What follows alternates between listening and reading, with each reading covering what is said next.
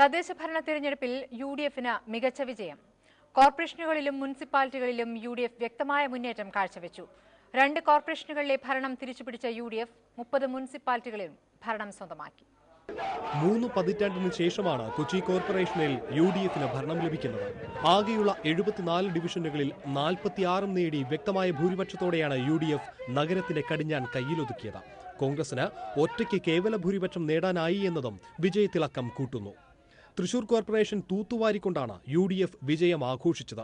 53 ഡിവിഷനുകളിൽ 45ഇടത്തും UDF വിജയിച്ചു. എൽഡിഎഫിന് വെറും 6 സീറ്റുകൾ കൊണ്ട് തൃപ്തിപ്പെടേണ്ടി വന്നു. ഒപ്പത്തിനൊപ്പം പോരാട്ടം നടന്ന തിരുവനന്തപുരം കോർപ്പറേഷനിൽ ഇടതുമുന്നണി കഷ്ടിച്ച് കേവല ഭൂരിപക്ഷം നേടി. കഴിഞ്ഞ തവണ 73 സീറ്റുണ്ടായിരുന്ന ഇടതുമുന്നണി ഇത്തവണ 51 സീറ്റുകളിൽ ഒതുങ്ങി.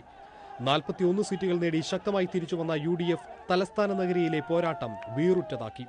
6 സീറ്റുകൾ നേടി ബിജെപിയും കരുത്തറിയിച്ചു. കൊല്ലം കോർപ്പറേഷനിൽ എൽഡിഎഫ് ഭരണം നിലനിർത്തി.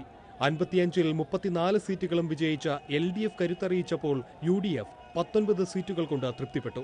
1 സീറ്റ് നേടി പിഡിപിയും സാന്നിധ്യമറിയിച്ചു. മുനിസിപ്പാലിറ്റികളിലേക്ക് നടന്ന തിരഞ്ഞെടുപ്പിലും യുഡിഎഫ് വ്യക്തമായ മേൽക്കൈ നേടി. വോട്ടെണ്ണൽ നടന്ന 57 മുനിസിപ്പാലിറ്റികളിൽ 30ഇടത്ത് യുഡിഎഫ് വിജയിച്ചപ്പോൾ 12ഇടത്ത് മാത്രമാണ് എൽഡിഎഫിന് ഭൂരിപക്ഷം കിട്ടിയത്. 15ഇടങ്ങളിൽ ഇരു മുന്നണികൾക്കും വ്യക്തമായ ഭൂരിപക്ഷമില്ല. സ്വതന്ത്രന്മാരുടെയും ബിജെപിയുടെയും നിലപാടുകളാവും ഇവിടെ നിർണായകമാവുക. News desk, Manorama news.